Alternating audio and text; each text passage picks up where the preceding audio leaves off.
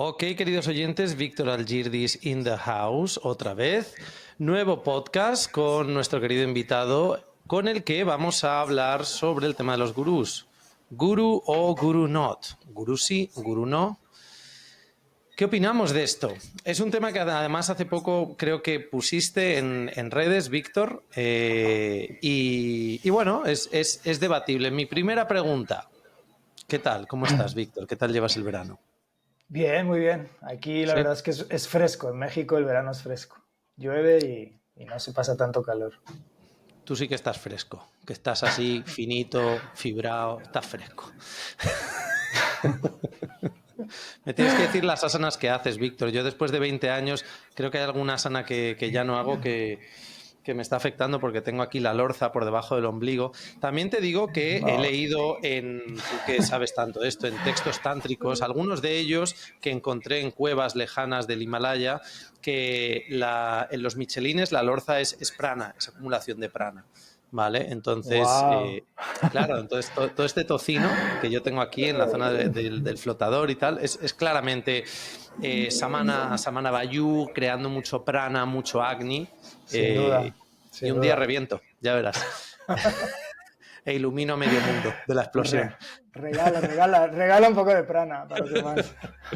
Bueno, vamos con ello. ¿Qué pasa con este tema de, a día de hoy, el tema del gurú, que en realidad lo primero que yo te comenté cuando hablamos de hacer este episodio era mi primera impresión a día de hoy del término gurú? Es que, para empezar, es un término que ya se ha adoptado culturalmente y socialmente fuera del ámbito espiritual. Es decir, cuando ves, por ejemplo, en revistas de economía, de el gurú de la economía, el gurú de tal, o sea, se utiliza este término como la persona que más sabe, ¿no? Un tipo que sabe y conoce muchísimo y que es capaz realmente, además, que muchas veces va asociado a que es una persona que si te ofrece sus servicios, vamos, te va a ir genial. Yo lo he visto mucho, en el mundo de la economía lo han adoptado, pero en el mundo de la espiritualidad, en el mundo del yoga, ¿de dónde proviene esta idea de gurú?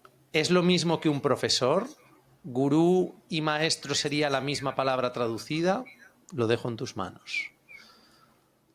Sí, qué bueno que introduzcas con esto porque antes de meternos en este tema, pues que ya de entrada entiendo que es un tema muy complejo. Es un tema delicado, es un tema que puede incluso herir sus susceptibilidades, ¿no? Según cómo se trate. Entonces, bueno, es un tema que cuando pensamos en hablarlo, pues yo sabía ya, estaba preparado a que pudiera ser un tema arriesgado, dado la complejidad del tema y la limitación del tiempo, del espacio que tenemos para tratarlo, y no desarrollarlo en toda su extensión, que pudiera haber ciertos malentendidos, ¿no? Pero aún así quisimos asumir el riesgo porque, por otro lado, creo que es un tema bastante importante, es un tema que se debe de hablar, es un tema muy actual. Y entonces, bueno, pues antes de entrar en el fregado, definir el término, ¿no? Porque muchas veces muchos malentendidos se podrían ahorrar simplemente poniéndonos de acuerdo sobre a qué nos estamos refiriendo, ¿no? Sobre un término, sobre un concepto, sobre una palabra. Entonces, empezar diciendo que gurú es la palabra utilizada en las religiones de la India, es decir, hinduismo, budismo, sikhismo, jainismo, etcétera, para referirse a aquella persona que tiene la capacidad de ayudar a otras personas a transitar desde la ignorancia hacia el conocimiento, no entendido como mero conocimiento intelectual, sino un conocimiento espiritual, un conocimiento profundo de quién es uno realmente, ¿no? Desde la ignorancia a la liberación que da ese conocimiento. Cualquier persona que cumpla esa función, que pueda ayudar a otros en ese tránsito, es un gurú. Es decir, ahora la palabra gurú ya está muy manchada y hay como una serie de asociaciones automáticas en el imaginario popular que, como bien dices, o por un lado es usada desde la apropiación cultural para referirse a cualquier experto en una materia, ¿no? De una manera como ¿cómo se dice? Bueno, y por otro lado,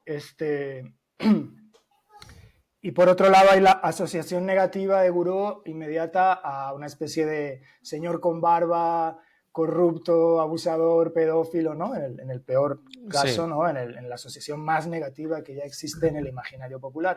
Pero lo cierto es que gurú es prácticamente sinónimo de maestro espiritual o maestra espiritual, de guía, hasta de chamán podría ser, porque al fin de cuentas un chamán también es esa persona, ¿no? Que en ciertas tradiciones, comunidades, tiene una conexión especial con ciertas realidades y puede ayudar y puede hacer de puente entre la comunidad y esa realidad. Entonces, también un chamán es un gurú, por así decir. Sí. Gurú es la palabra utilizada en un área geográfica y en un contexto histórico, pero que es sinónima de cualquier tipo de maestro espiritual. Pero es una de esas palabras que ya está muy manchada y la gente prefiere usar otras, ¿no? Como pasa con la palabra religión y con la palabra, ¿no? Que está más de moda ahora decir espiritualidad, ya lo hablamos en la sesión pasada, pero al final es lo mismo, es la misma cosa con otro nombre. Sí. Y ahí estaría la pregunta, ¿qué hacemos cuando estas cosas pasan? ¿Vamos cambiando constantemente de palabras sin aprender de la historia, sin realmente profundizar en el fenómeno para entender cómo se dio esa situación de abuso o de corrupción, ¿no? Entender las implicaciones, los factores psicológicos, históricos de ese proceso para aprender de la historia y no volver a tropezar con la misma piedra, o simplemente vamos cambiando de palabras sin aprender nada y volviendo a topar con la misma piedra, aunque cambiamos la palabra, ¿no? Por eso yo soy defensor de seguir usando la palabra gurú, más que decir, no, ya no necesitamos gurús, el maestro está dentro de uno mismo, el maestro es la vida y todos estos discursos que ahora están muy de moda, que sí tienen algo de verdad, pero también llevan al otro peligro de decir, bueno, pues ya cada quien hace su camino como le da la gana y se puede inventar la fantasía egoica que quiera y está iluminándose solito sin necesidad de un maestro o de una maestra que lo confronte y le diga, tú, que no te estás iluminando, que te estás yendo en un viaje, en una fantasía egoica, porque esa es una de las funciones importantes que cumple el gurú, confrontar el avance del discípulo, decir, oye, que hasta aquí sí estás avanzando, pero a partir de aquí ya es tu ego. Sí. Y si no hay maestro, ¿quién te verifica? ¿Tú solito? Sí. Claro. En ese sentido, al final, o sea, cuando entendemos cuál es, no la palabra, sino lo que representaba un gurú, ¿vale? Porque, de nuevo, es un término que nos hemos apropiado. Antes, cuando he dicho que se utiliza, por ejemplo, en el ámbito de la economía, sin embargo, te diría que incluso si lo analizamos en un espectro amplio, tampoco es un término que dé mucha confianza. ¿A qué me refiero? Por ejemplo, un gurú en economía suele estar dentro de estos entornos de... ahora, por ejemplo, en YouTube hay muchos de estos youtubers que van de grandes inversores y te dan consejos. Es un gurú en economía. Pero si lo pensamos, alguien que tenga un doctorado en economía no va a utilizar nunca ese término. O sea, una persona seria sería un doctor en economía y no utilizaría ese término de gurú en economía. Es más, que el término gurú lo utilizamos incluso fuera del ámbito espiritual en Occidente, dentro de es como una forma, digamos, coloquial, semiprofesional, ¿no? Es como en ese ámbito en el que no estamos en la élite como un doctor en economía. Y luego, tal y como lo has descrito en sí, desde el ámbito espiritual, cuando entendemos cuáles son las funciones de un gurú, claro, un gurú puede ser tu madre. Tu madre cuando de repente te dice, oye, hasta aquí, o tu padre, o una persona que es capaz de ayudarte y de hacerte entender el progreso a través del cual estás gestando tu desarrollo en un ámbito específico, fuera del, por ejemplo, de la espiritualidad, o en un ámbito de desarrollo personal, incluso espiritual. Pero claro, ahí está donde creo que lo interesante es entender lo que es la palabra y lo que se le asocia a la palabra, y entender lo que es la palabra y lo que técnicamente significa la palabra, que es justo lo que tú has explicado. Es decir, es alguien que quizás la palabra que a día de hoy utilizaríamos, bueno, tenemos varias, ¿no? Esta idea de maestro, facilitador, a mí es una palabra que nunca me ha gustado, ¿vale? Lo de facilitador, ¿vale? Porque a mí me suena como que te lo va a hacer fácil, ¿no? Te va a facilitar el proceso de... Y al final creo que precisamente el contexto de gurú, al entenderlo un poco dentro de la tradición del yoga y leer textos, era una persona que más que facilitar te confrontaba, que creo que es uno de los grandes aspectos por lo menos a mí, en la forma en la que me han enseñado a practicar mis profesores, maestros, gurús, como los queramos llamar, precisamente era ese confrontamiento de ideas cuando o uno se adhería mucho a es que yo he tenido esta experiencia y ya esta experiencia para mí, ¿sabes? Ya me pone en un lugar, pues ahí es donde yo he tenido profesores que generan ese confrontamiento de ideas. Dice, bueno, está muy bien, esto es tu experiencia, nadie te la va a quitar, pero para seguir progresando también tienes que deshacerte esa experiencia. Entonces, bueno, al final el gurú, el término creo que no es el problema. O sea, el problema es la asociación que hacemos con ese término porque no entendemos de dónde viene. Y luego lo siguiente, mi pregunta aquí entonces sería, ¿a día de hoy nos hace falta utilizar ese término, Víctor, debido a las implicaciones o connotaciones que tiene? ¿O quizás deberíamos, una de dos, educar más en, que eso es un poco nuestra labor, educar más en qué significa este término o simplemente abandonarlo? Bueno, yo ya te digo que yo soy defensor de Tú seguir, eres defensor, sí, sí. de seguir utilizando las palabras y los términos originales, más que estar constantemente cambiando las palabras y no aprendiendo nada, ¿no?, del proceso por el cual tuvimos que cambiar la palabra. Prefiero como quedarnos ahí y decir, a ver, ¿cómo hemos llegado a esta situación? ¿Por qué ocurre? ¿Por qué se da el proceso, el fenómeno de la corrupción espiritual, del abuso por parte de ciertos maestros, ¿no?, de los escándalos sexuales, de las idealizaciones, del fanatismo, de las sectas? Entender eso a profundidad para cambiar los errores por los cuales llegamos a esa situación.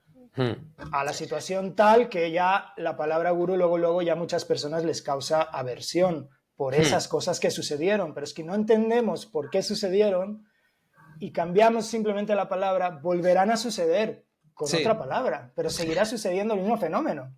Exacto. Creo que hasta cierto punto el tema es que para mí hay una reflexión que tengo que es ¿quién te pone, o sea, quién ha puesto el término sobre la persona? Porque a mí, por ejemplo, hay alumnas, yo esto siempre lo digo cuando me dicen la palabra maestro, y digo, a mí no me jodas, yo no soy maestro de nada, ¿sabes? Pero porque no quiero tener ese peso, ¿sabes? No me interesa.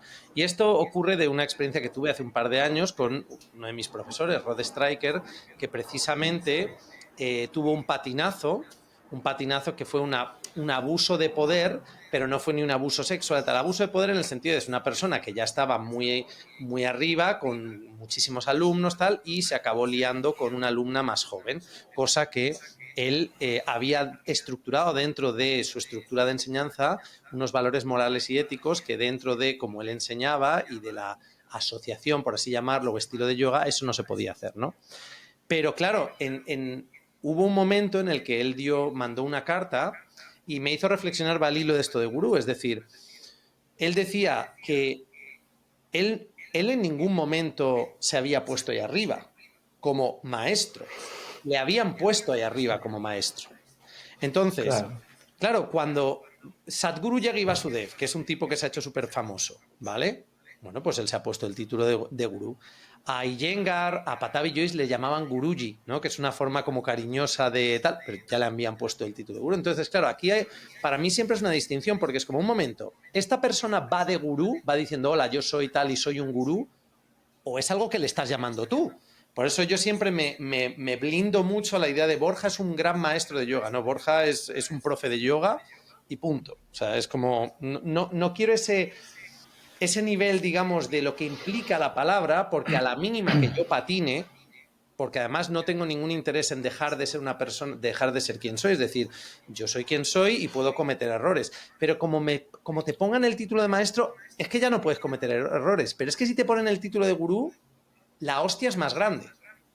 ¿Sabes a lo que me refiero con esto, no? Es decir, el que es un gurú comete un error y la hostia y la explosión de esa hostia suele ser más grande que el que es un mero profesor de yoga. Entonces, claro, ahí también creo que esto tiene mucho que ver también con nuestra mentalidad occidental. Es decir, ¿qué pasa? ¿Que es más grave cuando un abuso lo comete un gurú frente a un profesor? Porque es justo lo que dices tú. Vale, pues entonces quitemos la palabra gurú, pero el abuso va a seguir ahí. ¿Cómo le vas a llamar a este? ¿Maestro? ¿Profesor? pero es que va a hacer lo mismo. O sea, el problema no es que lo haga con el título de gurú, de maestro, de profesor. El problema es que lo ha hecho. Es esa situación, ese abuso que se ha hecho. Pero claro, ahí yo creo que es una cuestión también de inmadurez por parte del occidental. Yo no sé si esto pasa en la India, porque ellos mismos se ponen los títulos que consideran Swami, Gurú, Baba, tal, no sé cuántos, y yo me pierdo un poco en toda esa nomenclatura también, ¿sabes? Sí, sí. Bueno, de aquí de lo que has dicho salen ya un montón de ramas, ¿no? A ver si puedo responder a todo. Sí, o sea, de entrada entender que hay niveles, ¿no? Retomando lo último que dijiste, o sea, hay niveles de realización espiritual y por lo tanto de maestría. Eh, Obviamente, pues una cosa es un profesor de asana, ¿no? Que está enseñando una técnica corporal y otra cosa es una persona que ya vive, ya es un ejemplo viviente de un cierto estado de conciencia, ¿no? Ahí es donde entraría más el uso de la palabra gurú. Una persona que ya vive en un estado de conciencia muy elevado, muy profundo y que a veces solamente por estar cerca de esa persona ya hasta te contagia, ya hasta te hace entender ¿no? Por mimetismo casi, así de golpe, ¿no? Lo que a lo mejor te llevaría años de estar leyendo en un libro, pues esa persona solo por estar cerca ya te hace entrar en yoga, ¿no? Eso sería un gurú tradicionalmente en la India.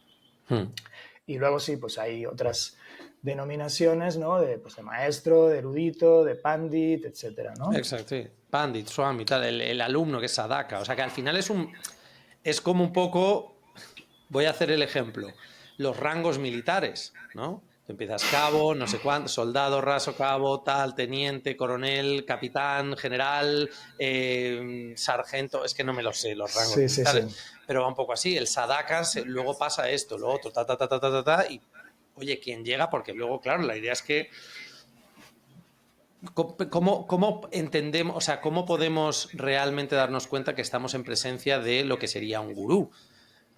Pandit Rashmani Ese Mullah, es, este profesor que yo he tenido, es lo que ese es decía, otro dice, hoy en tema. día, él dijo una vez, dice, hoy en día no creo que haya realmente ni los dedos de una sola mano en lo que a gurú se refiere en el planeta.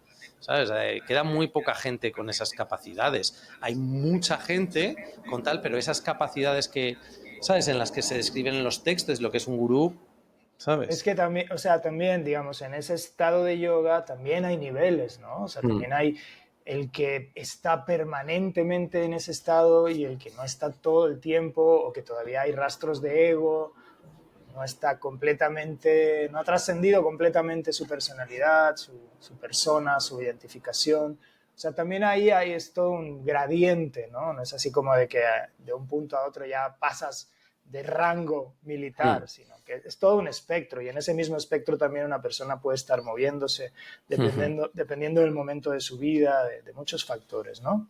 Pero definitivamente un gurú sí tiene un cierto grado o nivel de conexión con ese tipo de estado. Pero como dices, también desde este otro lado, desde el lado del discípulo, cómo reconocer que tienes estado si tú no lo tienes, ¿no? Se hace muy difícil reconocer, ¿no? Un verdadero de un falso maestro o identificar más o menos en qué nivel está. Es todo otro tema, ¿no? De complejidad. Porque a esa complejidad, pues como decías, se suma toda la parte psicológica y todo el fenómeno que yo entiendo que es bastante moderno en la relación discípulos-gurús, que tiene que ver con las heridas, los traumas, las carencias psicológicas no resueltas en el plano de la psicología, de la psicoterapia, que se trasladan al plano espiritual en forma de proyecciones hacia los gurús, hacia los maestros, como queriendo que el gurú, el maestro, te resuelva todos los problemas de la vida, incluidos los psicológicos, ¿no? Ese es un error, es una distorsión, una confusión de niveles propia de los buscadores espirituales, ¿no? Cuando empezaron a buscar maestros, gurús orientales, que justamente, pues, el primero en observar, bueno, no sé si en observar, pero al menos en escribir sobre ese fenómeno y otros, muy interesante que todos deberíamos leer, es el creador, el que acuñó el término de bypass espiritual, John Welwood. ¿Sí? Él tiene un libro de la editorial Kairos que recomiendo mucho leer, que se llama Psicología del Despertar, donde empezó a hablar del bypass espiritual y de todos estos fenómenos nuevos que él percibía en las comunidades espirituales que florecieron tanto en los años 70, la sombra de las comunidades espirituales, donde muchas veces es una mezcla, es decir, a nuestra mente nos gusta la simplicidad y nos gusta movernos entre absolutos, ¿no? Entre bueno y malo, sí y no, gurú sí, gurú no. Y normalmente la historia siempre es más compleja que un blanco o negro, siempre son fenómenos complejos, ¿no? Entonces, en el caso de las relaciones con los gurús y las comunidades espirituales, suele ser también un fenómeno complejo que no se puede resumir a era un falso maestro, o no, sí era un verdadero maestro. Muchas veces esos supuestos falsos maestros sí tenían un cierto grado de conexión, sí tenían una cierta capacidad de transmitir, de ayudar y de enseñar, pero eso estaba mezclado también con toda la parte humana, no integrada, no resuelta. Esas sombras son las que identifica y describe muy claramente John Welwood, y otra autora que también recomiendo mucho leer es Mariana Kaplan. Es interesante porque los dos, tanto John Welwood como Mariana Kaplan, son psicólogos, pero también son yogis, buscadores espirituales. Entonces lograron reunir esos dos campos, encontrar esa relación y poder un poco estudiar o observar el fenómeno humano en los buscadores espirituales, en las comunidades espirituales, en la práctica espiritual, ¿no? Como muchas veces la parte propiamente psicológica y humana interfiere o distorsiona en el terreno espiritual y al revés, ¿no?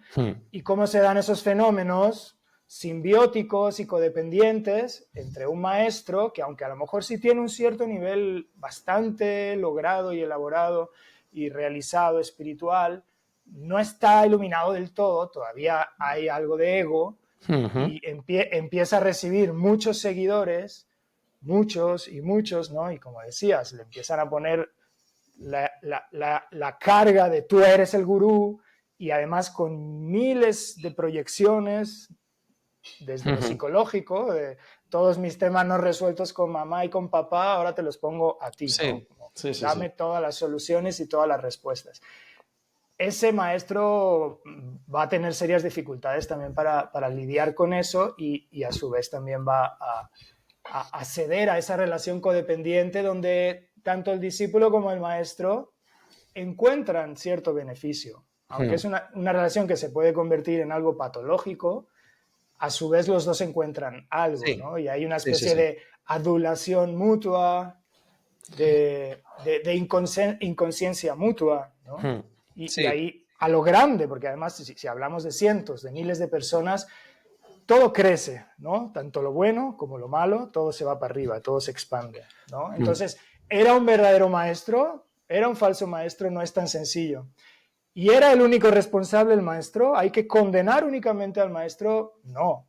También la comunidad espiritual y los estudiantes tuvieron su parte de responsabilidad. sí. Probablemente los maestros tengan más responsabilidad y el juicio y el castigo y la condena debiera ser mayor, porque están en una situación de poder mayor, pero aún así siempre es una relación de dos partes. Y la parte de los estudiantes también tiene su parte de responsabilidad, porque si nos vamos al extremo de los estudiantes todos somos inocentes, nosotros no hicimos nada, y es que son esos maestros malvados que andan por Sí, sí, ahí sí. secuestrando alumnos y lavándoles el cerebro. Esa es la versión fácil, Sí. pero la versión compleja es otra.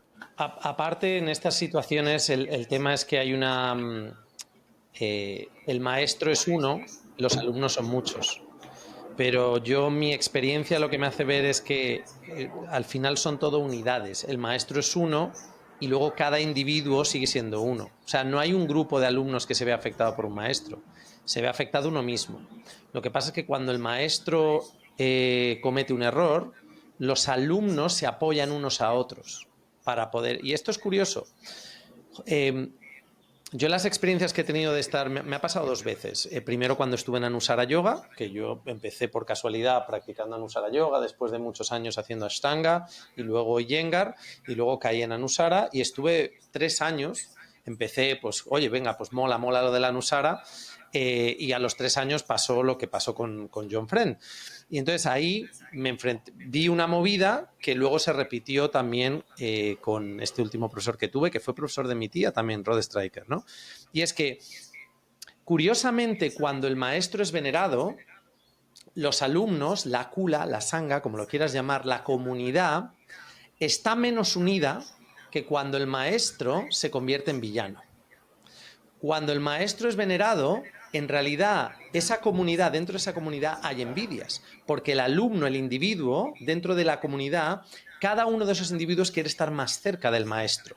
Y para eso comete muchas veces, patina en la relación de respeto que hay de maestro-alumno. Y ahí se producen todas esas toxicidades que tú has dicho. Es decir, oye, este tipo, para empezar, mi opinión, porque aquí luego hablaremos si, o digámoslo ya, ¿podemos decir que gurú y maestro sería lo mismo, es equiparable o son distintas? Yo lo considero distinto. Son niveles, como te digo. Son niveles, ¿vale? Entonces, hablemos de... Para que se entienda, no puedes poner al mismo nivel a un Ramana Maharshi y a un John Friend, obviamente. Hay un abismo de diferencia, ¿no? Aunque los dos podrían ser un tipo de gurú, pero desde luego la conexión es muy diferente, ¿no? Sí. ¿Estamos de acuerdo?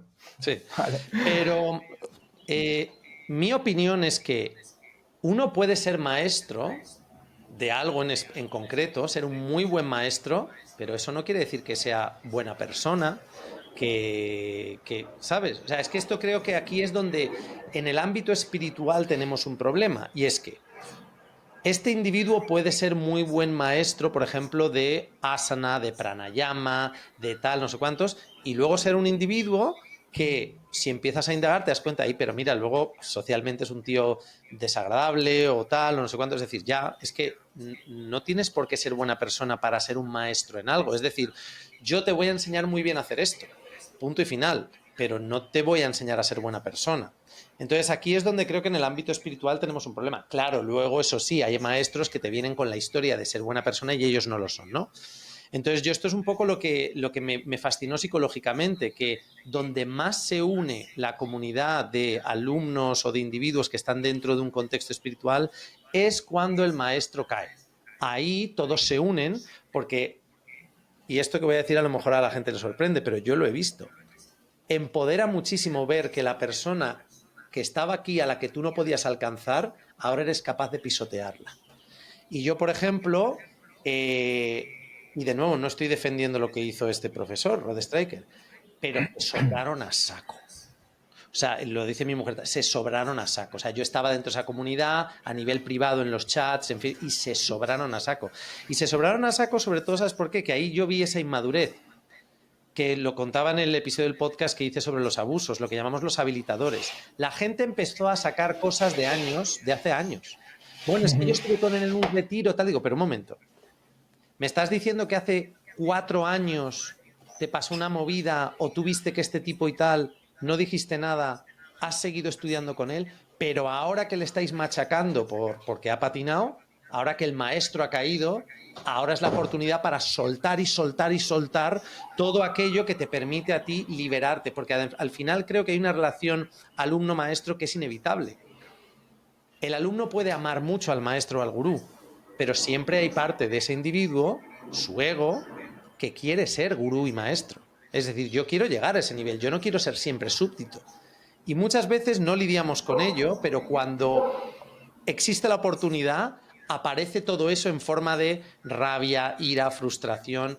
Y ahí es donde precisamente para mí el término gurú, por eso creo que yo no estaba en presencia de ningún gurú, sería alguien que es capaz de que eso no aparezca. O sea, de que eso realmente no suceda, de que haya esa relación tóxica de eres mi maestro. Porque al final luego, y con esto termino, lo veo mucho en redes, Víctor, la gente le encanta decir que su profesor o su gurú, ¿no? Es que este es mi gurú, tal. Es como, te engrandece el hecho que tú tengas un maestro, un gurú, ¿sabes? Es como, soy más importante porque tengo un maestro, un gurú. Y ahí es donde yo muchas veces veo esa relación tóxica. Digo, bueno, pues me alegro por ti que tengas un maestro y un gurú, pero a lo mejor este maestro y este gurú, pues, no sé, ¿sabes?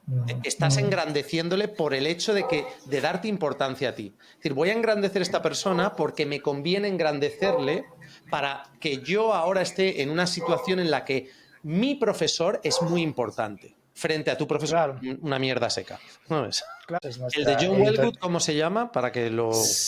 Y el de Mariana Kaplan se llama A mitad de camino, las promesas de la iluminación prematura. No, las trampas de la iluminación. Trampas y promesas o algo así de la Lo iluminación pondré luego prematura. en la descripción del podcast para que la gente, ¿sabes?, lo vea escrito y tal y así lo puedan buscar. Y sí, justo en el de Mariana Kaplan tocan este tema de cómo el alumno en la relación con el gurú puede llegar a desarrollar este pensamiento mágico, esta inmadurez, que como digo, viene de todos estos temas psicológicos no resueltos, ¿no?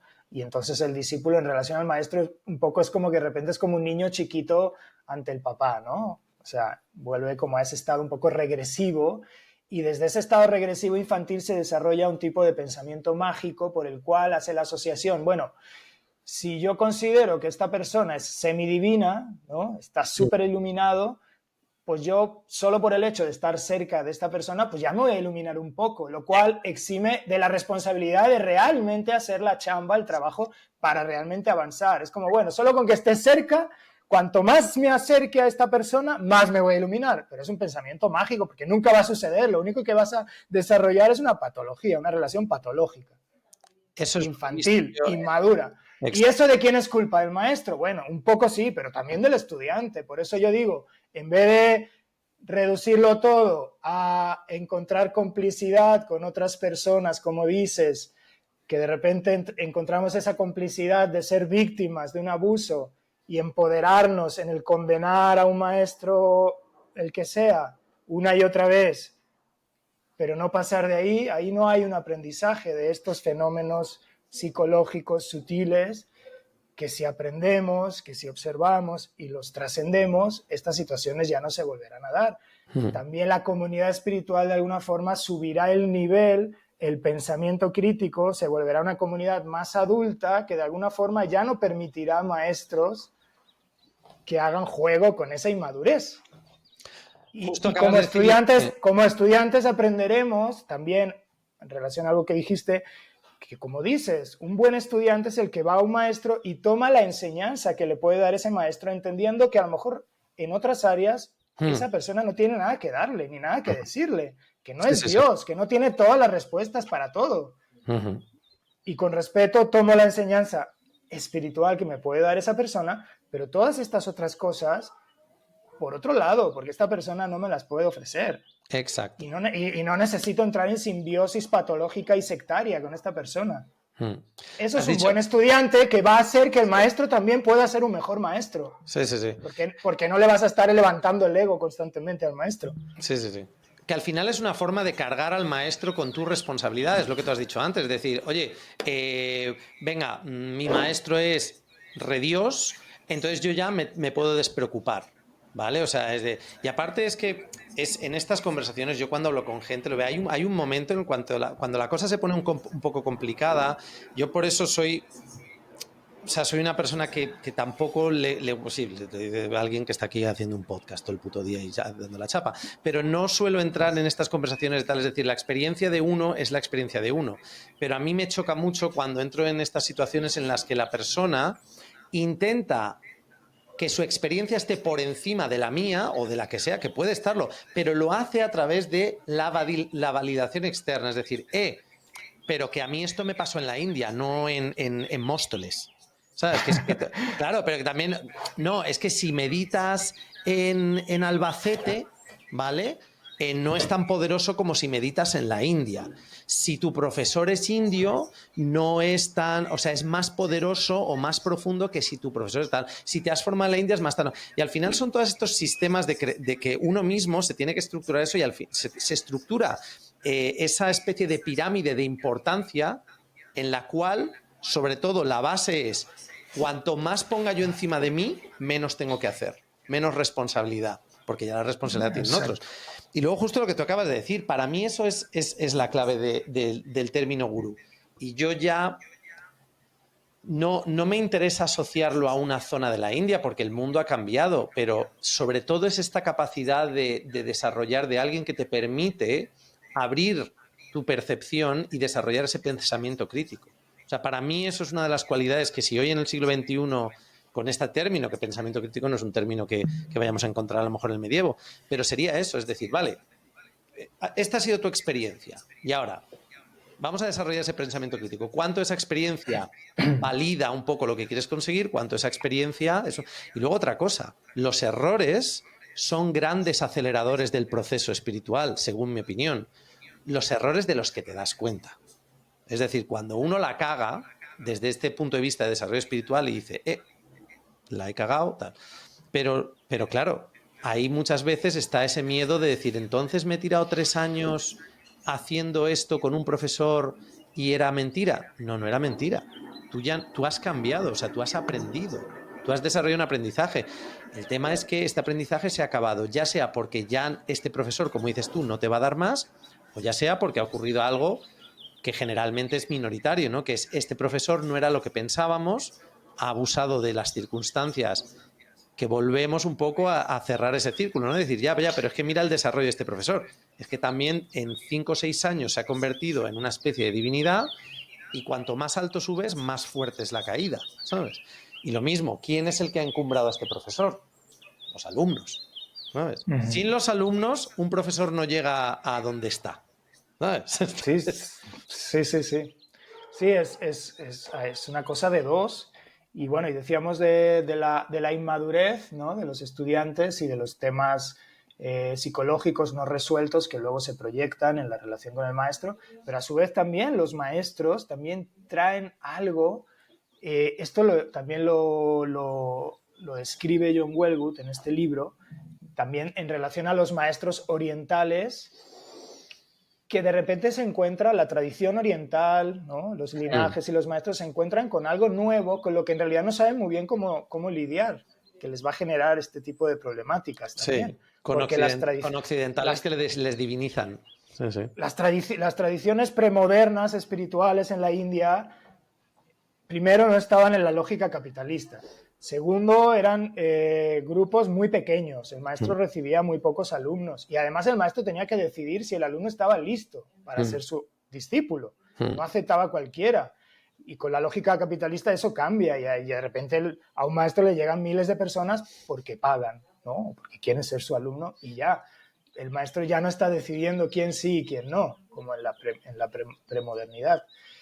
Y además, seguramente no había todas estas problemáticas psicológicas, traumáticas, muy propias, digamos, del individuo occidental moderno, de una sociedad que cada vez es más líquida, más desestructurada, donde los roles en la sociedad se empiezan a diluir, a difuminar, donde tienes que tomar millones de decisiones en tu vida. En las sociedades tradicionales todo estaba mucho más establecido y pautado y marcado, no había ese tipo de incertidumbres y de cuestionamientos y de ansiedad y de angustia tan propia del individuo occidental moderno, que por eso voltea a Oriente en busca de respuestas, porque vive en un mundo que se ha acelerado de una forma, la bomba atómica, cambios políticos, que es una locura, ¿no? Entonces dice, bueno, a ver, ¿dónde encuentro respuestas a esta locura? Entonces voltea hacia Oriente y hacia las sociedades tradicionales, antiguas, en busca de ese yoga, de esa espiritualidad, y a su vez estas sociedades de repente se encuentran con la embestida de la modernidad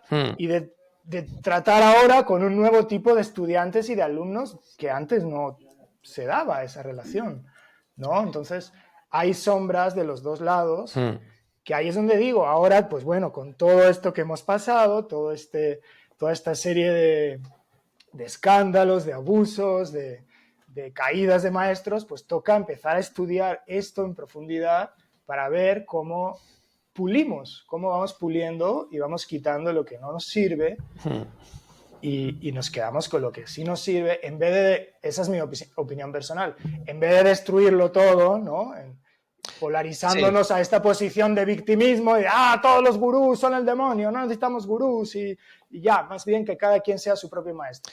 Creo que esa sería una situación triste y situación que sería al final un poco replicar lo que se hizo con la religión, ¿sabes? En las últimas décadas, desde los años 90, ¿no? Que es, lo ves en España, por ejemplo, la caída desde los años 80 en picado y la aceleración a partir de eso, del 2000 tal, de por ejemplo, la Iglesia Católica. El número de de fieles en España ha caído a mínimos históricos. Es decir, la gente ya no le interesa verse asociada con la Iglesia conforme fueron saliendo todos esos abusos, ¿vale? Luego están quienes, oye, quieren mirar hacia otro lado y tal. Pero claro, ahí es donde yo, pues, de nuevo, soy una persona que siempre me considero que es difícil a veces llegar a acuerdos conmigo porque muchas veces no pretendo llevar la razón o darle la razón a uno u otro. Hay siempre un término medio. Entonces, claro, también hay unas consecuencias de eliminar absolutamente la religión que traía consigo una estructura espiritual. Cuando una sociedad tira por la borda la religión, sin saberlo está tirando también ese contexto de espiritualidad. Y es muy gracioso porque al final es un poco eso, es decir, vale, venga, nos cargamos la religión. Pongamos el ejemplo de España, ¿no? Y, de nuevo, yo no soy religioso, no soy católico, pero nos cargamos la religión. ¿Y qué creemos que va a pasar? Porque con la religión iba asociada a la espiritualidad. Ah, vale, que ahora tenemos que encontrar esa espiritualidad. Venga, nos vamos a otra cultura. En vez de a lo mejor ahondar en nuestra cultura. No, nos vamos a otra, de la cual no entendemos y vamos a empezar a sacralizar y mitificar elementos que no entendemos y que no estamos preparados para entender. Y además vamos a empezar incluso a sacralizar y mitificar cosas que hoy en día la ciencia puede demostrar que no son ciertas, pero también me gusta vivir en esa espiritualidad en la que, ¿no? En la naturopatía, la homeopatía, esto y lo otro, tal, y yo he utilizado homeopatía, ¿eh? Fíjate, yo por ejemplo soy una persona que ha utilizado la homeopatía y también soy defensor de la visión científica de decir, eso no vale para nada, ¿sabes? Y la he utilizado y me ha ido bien, pero soy incapaz de no ver con claridad que por otro lado científicamente es como, a ver, esto es mierda diluida, ¿sabes? Entonces, claro, es un proceso complejo que yo creo que además estamos en un momento muy interesante porque estamos en ese momento que el romanticismo de lo espiritual se ha roto también porque detrás hemos visto, coño, que en la religión había abusos de poder porque, claro, eran ¿no? Se hacía la estructura de una religión, pero es que en la espiritualidad lo mismo, es como, sí, amigo, es que es lo puto mismo. O sea, es lo mismo. Es lo mismo. Son la misma, llámalo cula por no llamarlo secta, ¿sabes? O sea, sí, que al final creo, Víctor, que el problema es que detrás de muchas de estas palabras que utilizamos, que vienen de lenguas que, pues, sánscrito, por ejemplo, ¿no? Me encanta utilizar el sánscrito. Utilizamos esas palabras para ocultar una realidad con la que no nos queremos enfrentar. Es decir, si digo la palabra en sánscrito, queda mejor que si lo explico, ¿sabes? En términos llanos, ¿vale? En mi lengua. Y estás llamando gurú a alguien que se le da muy bien hacer esto, pero a lo mejor ese título de gurú se le queda grande. ¿Vale? Me acuerdo cuando Patavi Joyce falleció, su nieto, Sharad, se puso a sí mismo el título de Paramaguru. Bueno, entonces, claro, dices, oye, es que lo de gurú te lo puedes poner tú mismo o cómo recae sobre ti el título, ¿sabes? Porque eso también es bueno. Es decir, yo se lo digo a mis alumnos, cuando tú haces una formación de profesores de yoga, ¿ya eres profesor de yoga? Yo les digo, es un título que te estás poniendo tú. Y habría que investigar. A lo mejor hay que hacer unas oposiciones allí en la India. La OPO, sí. Y ya si te las sacas te dan el título de gurú. Sí. O una suscripción mensual, ¿sabes? Pero claro, es un título que no se puede comprar como tal. Y eso es lo que fascina, que hemos estructurado no todo desde el punto de vista, ¿cómo compro yo un título de grado, posgrado, diplomado, doctor en... Y en yoga pasa lo mismo. ¿Cómo consigo ser profesor de yoga? Paso número 1, tienes que conseguir el título. Ya, pero es que si hago una formación de mierda, soy profesor de yoga, y si hago la mejor formación del mundo, también soy profesor de yoga. Sí, entonces, ¿qué diferencia hay? Cualquiera puede ser profesor de yoga. Pero ahí es donde está el tema. No cualquiera puede ser un gurú. Y la pregunta es, ¿cómo se llega a ser un gurú? Sí, definitivamente no es haciendo una formación. No. Avalada por la Yoga Alliance. Y yo creo que en todo caso, pues el apelativo de gurú es algo que debería de darle la gente a esa persona, ¿no? Al reconocer que esa persona transmite algo, está en cierto estado, pues la gente le empieza a llamar gurú. Porque si es la propia persona la que se autonombra gurú, pues ya es bastante sospechoso, ¿no? Es raro. Es peculiar. Así me he levantado hoy y me siento bien gurú. A partir de ahora me vais a llamar gurú, ¿no? Sí, O sea, sí. yo sospecharía bastante ahí. Oye, aquí hay un tema que va acompañado, lo hablamos cuando estábamos viendo hacer este episodio, que es el bypass espiritual, que antes lo has comentado en uno de estos libros, y que creo que es uno de estos elementos que también va muy ligado a la idea de querer estructurar una realidad en la cual, oye, tener un maestro, tener un gurú, formar parte de una tradición, ¿no? Es que no es lo mismo un estilo de yoga que una tradición, ¿no? O, ¿sabes? Es como, no, lo mío es una tradición, ¿vale? Todo esto muchas veces, de nuevo, gesta ese problema que es el bypass espiritual, que me gustaría para los oyentes que nos describieses qué implica, qué significa, cuáles son las consecuencias, el por qué se da todo esto que es el bypass espiritual. Sí, pues John Wellwood llamó bypass espiritual a una tendencia que observó de muchos practicantes, estudiantes, buscadores, a pensar que al profundizar más y más en el terreno espiritual, es decir, pues hacer retiros de meditación más profundos o irse a la India más tiempo o dedicarse más profundamente a la espiritualidad, iban a mágicamente resolver todos sus problemas que son más propios, digamos, de la psicología en cuanto a problemas emocionales, ¿no? Problemas, pues sí, con el trabajo, con la pareja, ¿no? Con la situación en la sociedad, ese tipo de problemáticas. Muchos estudiantes pensaron que a través de la espiritualidad iban a poderle dar solución a eso, pero él observó que no sucedía. Y lo que sucedía era que esas personas sí avanzaban mucho en el terreno espiritual, o sea, sí llegaban a estados muy profundos de meditación y en ese terreno sí había grandes avances, pero en cuanto regresaban, digamos, a un estado de conciencia ordinario y a una situación de cotidianidad, los problemas emocionales, psicológicos, seguían ahí intactos, como si no hubiera pasado nada. Eso no cambiaba. Seguían estando los mismos traumas, las mismas carencias, las mismas fobias, los mismos complejos intocados. Y entonces él se dio cuenta de que esa tendencia, pues sí, era como una manera de poner un parche a eso, desde ese pensamiento mágico, y que eso no iba a suceder y que finalmente pues son digamos, dos niveles o dos terrenos que aunque se complementan y se pueden ayudar, obviamente si una persona entra en un proceso de psicoterapia y además medita, seguramente va a tener grandes avances en la psicoterapia, porque la meditación le va a permitir estar en un estado más abierto, más receptivo, más en contacto con sus sueños, por ejemplo, para entender mensajes simbólicos que luego le van a servir mucho en la psicoterapia.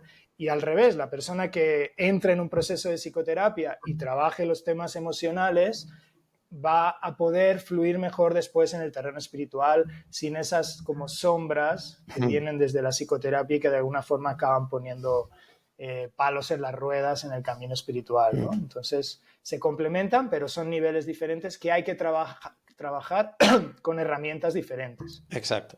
Aquí el problema de ese bypass espiritual es cuando uno al final huye de la responsabilidad que tiene de solucionar ciertos problemas que no se solucionan con la espiritualidad y ahonda en la espiritualidad como decir, ya, pero yo ya con esto, yo ya, ¿sabes? Me he iluminado, soy muy espiritual y esto ya lo dejo ahí, ¿sabes? Personas que claramente han hecho ese trabajo de bypass espiritual, ¿sabes? Lo han hecho muy profundo para poder un poco huir de la responsabilidad que implica resolver problemas que tienen que ver con psicología, emociones, actitudes, hábitos negativos. Yo, por ejemplo, soy una persona que llevo muchos años dedicado al yoga. Mi práctica, lo decía el otro día en un que compartí en Instagram, no considero que mi práctica sea avanzada y considero que mi práctica es efectiva. Pero, como dice mi mujer, soy una persona muy gruñona, soy irascible, tengo poca paciencia, soy controlador. También eso todo mi mujer, como es experta en Ayurveda, es como, bueno, eres Aries, eres Pitta Dosha, todo eso, ¿no? Pero le damos sentido, ¿no?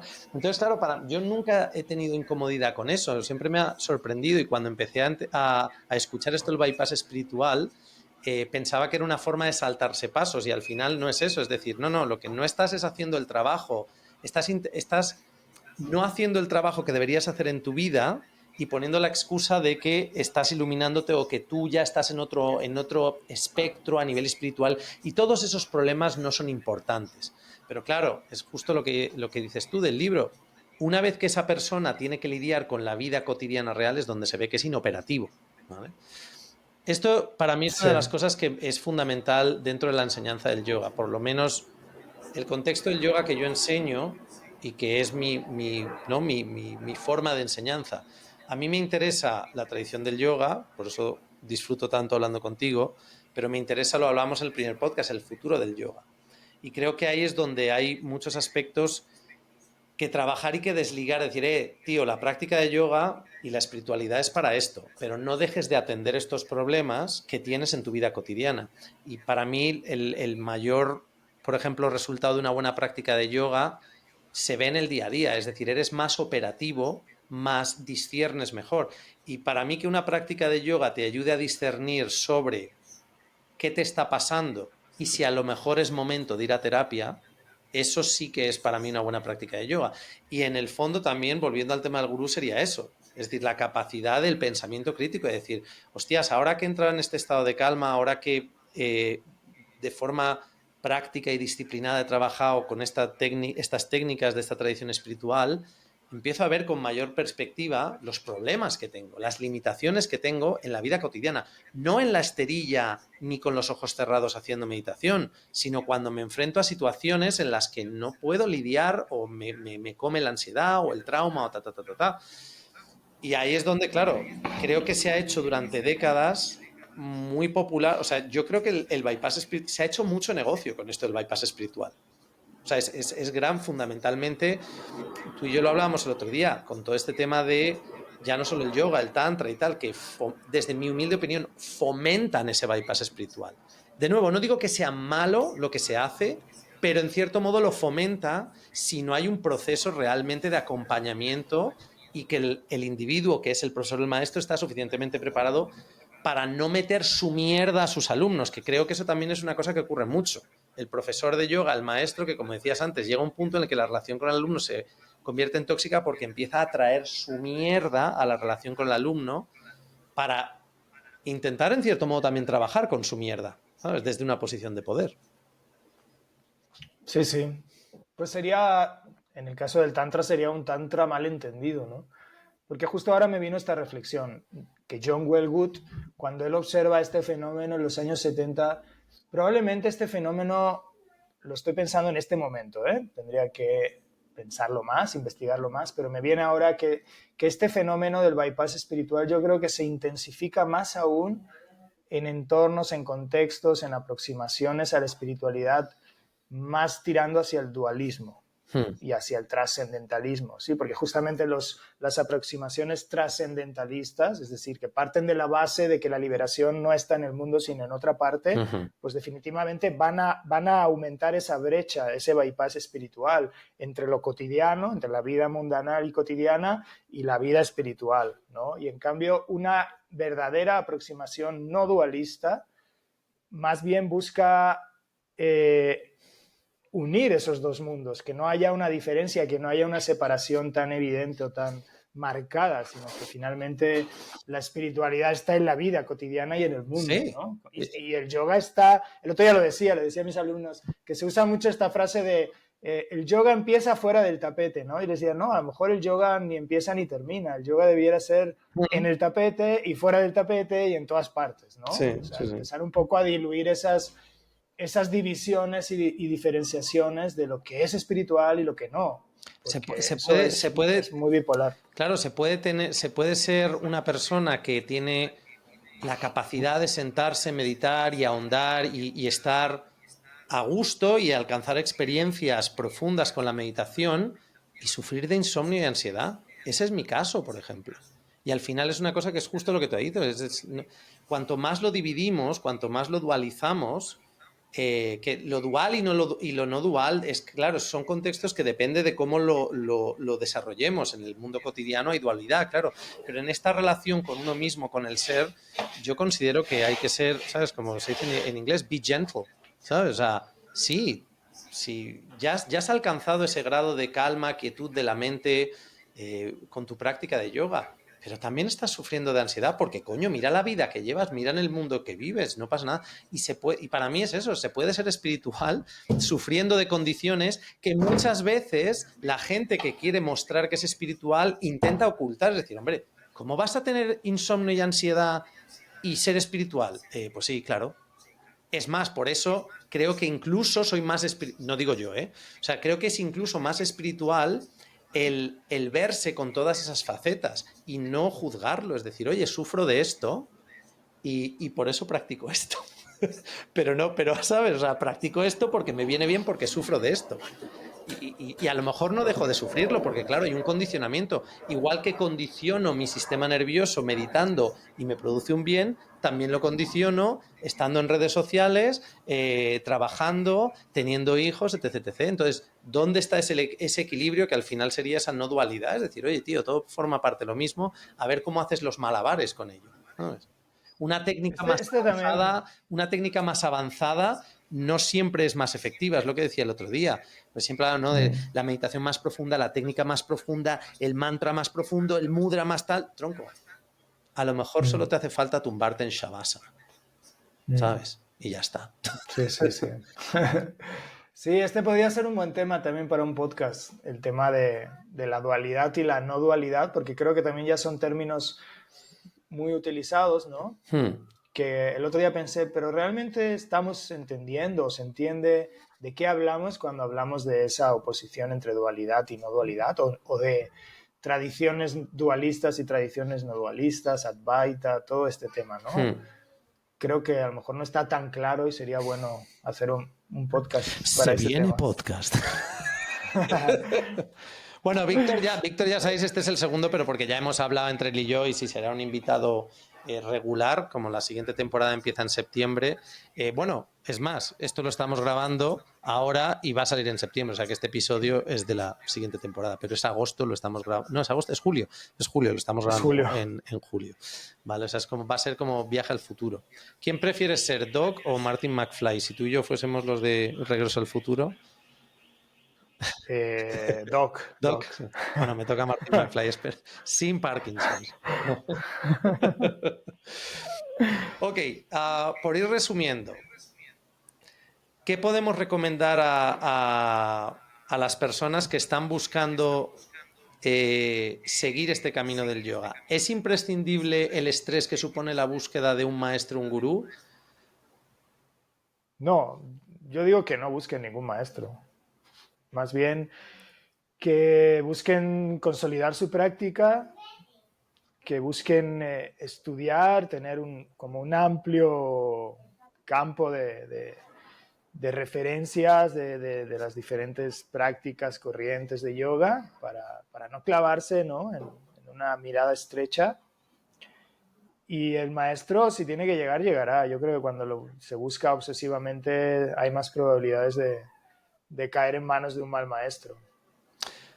Siguiente pregunta. ¿Crees que sería conveniente, yo ya respondo que sí, reflexionar sobre la relación que tenemos con los maestros, cada persona, ¿no? El maestro que tenga una persona actualmente o los maestros que ha tenido? Es decir, un poco quizás soltar ese apego, ese lastre.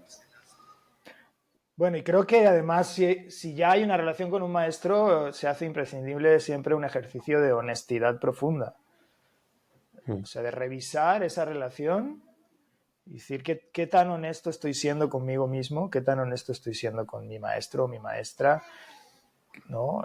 En esta relación es sana, en esta relación estoy creciendo o me estoy acomodando, o sí, o se basa en la honestidad y en la verdad, o se basa como en la comodidad, ¿no?, de una relación cómoda. El otro día lo hablaba, o sea, creo que la relación con los maestros espirituales hay muchos puntos en común con la relación en pareja. Se pueden hacer muchas analogías con las relaciones de pareja, ¿no? Que en una relación de pareja también se puede dar una relación de pareja en la que haya crecimiento o una relación de pareja en la que haya estancamiento, codependencia, destrucción, ¿no? Pues, destrucción porque encuentras un cierto beneficio, ¿no? Cada siempre quien encuentra sí. algo, una especie de placer patológico en esa situación. Y ahí llega un momento que tienes que ser honesto contigo mismo y decir, bueno, ¿qué estoy haciendo? ¿No? ¿De qué trata esto? ¿Realmente quiero seguir aquí? Y muchas veces, si eres honesto, pues dices, no, esto se tiene que terminar, ¿no? Entonces, con un maestro espiritual se debería de ver así. Y, por ejemplo, me gustaría decir algo que decía una de mis primeras maestras de yoga, de Kundalini Yoga, Isabel Solana. Ella nos decía, como maestra, nos decía a los estudiantes, yo no necesito que me idealicéis, no quiero que me idealicéis, por favor no me idealicéis. Si vais a hacer algo, amadme, ¿no? Y estos días lo pensaba y decía, claro, es muy bonito, esto tiene toda la razón, ¿no? Al final, la única relación fructífera que puede haber con un maestro o una maestra espiritual es la que se basa en el amor, en el verdadero amor, en contraposición al enamoramiento, ¿no? Porque cuando hay enamoramiento, la relación de pareja es como esa fase en la que idealizas a la persona, la pones en un lugar que no estás viendo a la persona, ¿no? Estás como drogado. Sí. El verdadero amor viene después, cuando ves a la persona y ves su sombra y aún así decides amar a la persona y quedarte con esa persona, ¿no? Entonces, con un maestro o una maestra sería un poco parecido. Sería, bueno, veo a este ser humano por un lado que tiene sus sombras, pero tiene esta enseñanza, este don, esta capacidad.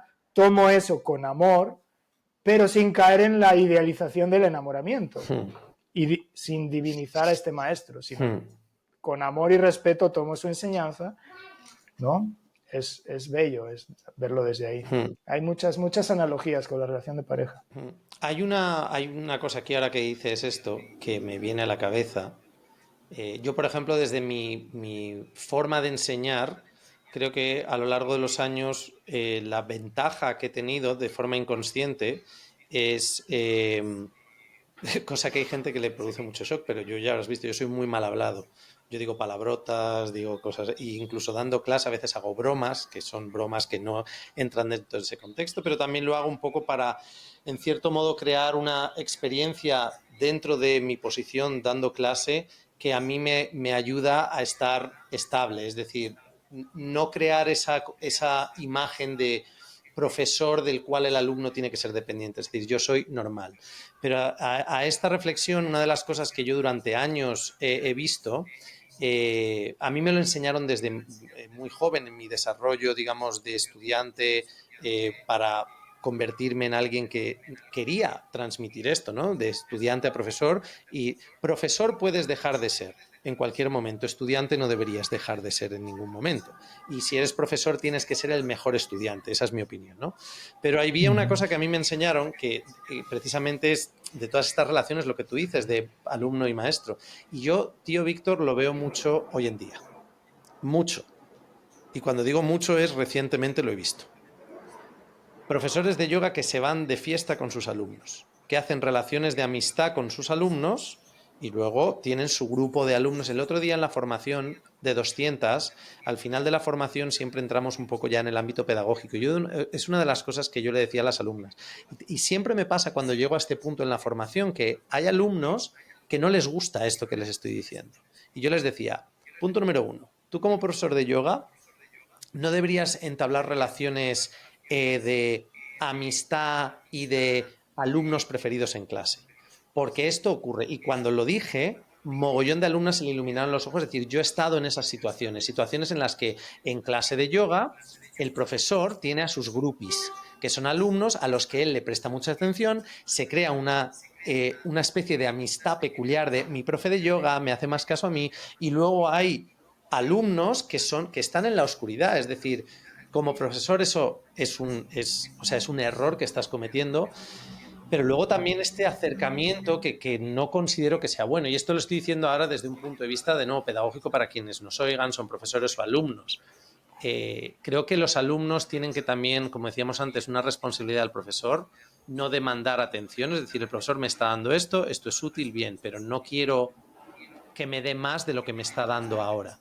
Y luego a los profesores no deberíamos estar entablando este tipo de relaciones de amistad, y lo digo entre comillas, la gente no me ve porque esto es un podcast, pero estoy haciendo con los dedos lo de las comillas. Es una amistad que en el fondo creo que también, sobre todo, le complace mucho al profesor tener sus groupies, ¿no? Pero eso luego he visto que genera muchos problemas. Muchos problemas, Sí, sí. ¿sabes? Sí, por acá por México luego hay algún maestro de yoga rockstar con sus groupies, Exacto. con la misma playera y todo. Sí, sí, sí. No voy a decir nombres, pero bueno.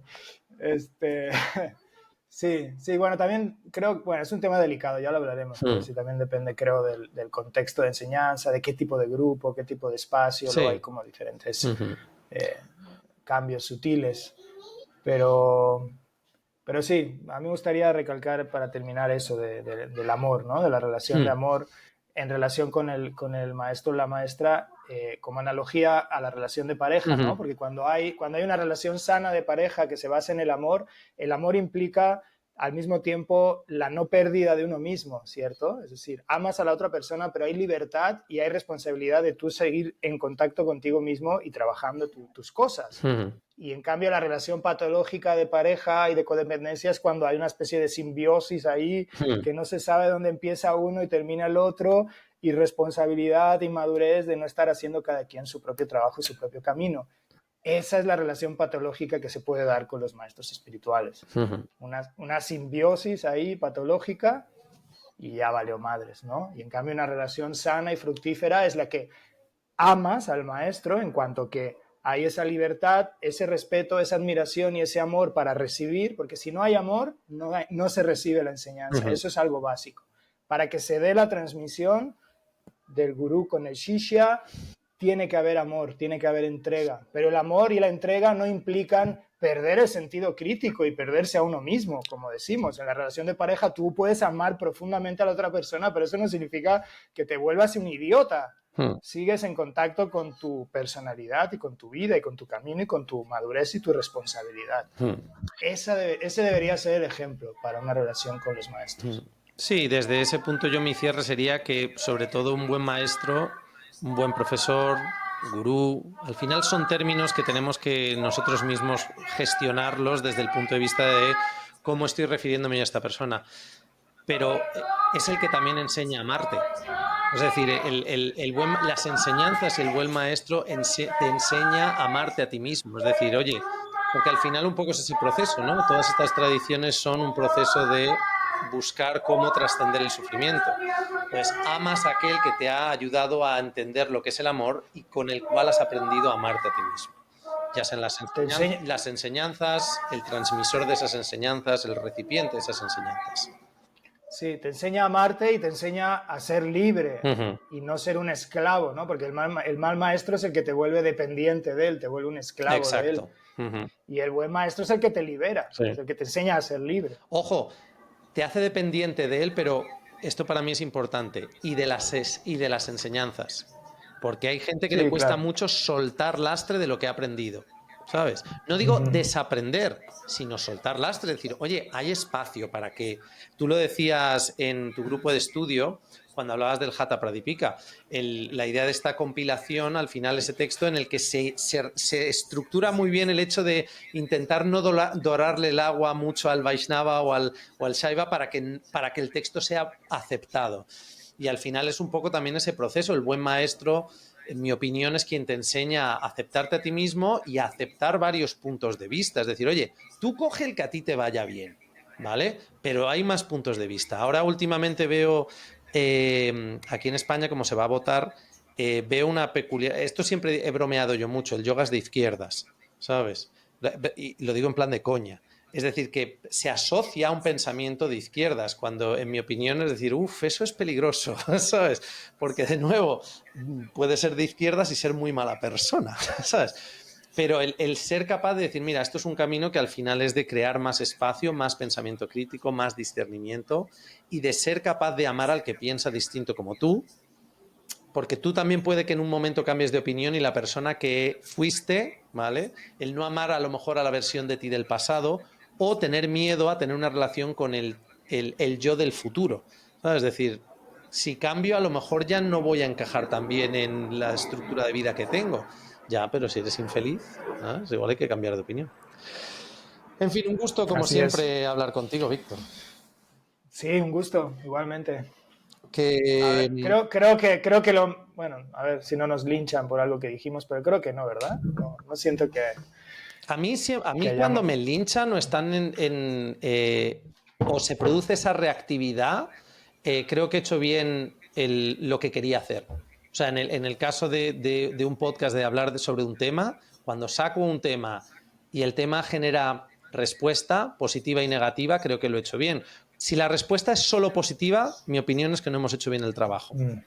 Tiene que haber una respuesta negativa. Y aparte... Tiene que mover. Y aparte, la respuesta negativa a mí me gusta, porque yo me considero bastante zote. Entonces, cuando hablo de un tema y alguien me lo expone desde esta visión, oye, Borja, pues esto, digo, coño, lleva razón. A mí es una cosa que me encanta. Lo de equivocarme para aprender me encanta. Sí, luego si me cogen así tal, intento defender mi punto de vista. Pero siempre que alguien me lleva a la contraria desde un punto de vista de darme otra información, otra perspectiva, digo, bien, guay, porque así puedo aprender, ¿sabes? Me estaba dejando... Pero sí, muchas veces lo mismo, me gusta escuchar a personas de izquierdas y de derechas, de una tradición y de otra, porque al final 100% no está correcto ninguno. Siempre nos gusta escuchar el que más resuena con nosotros. Pero de nuevo, un buen maestro quizás no te va a decir siempre lo que deseas escuchar. Y eso es amor. Así es. Eso es amor. Ok.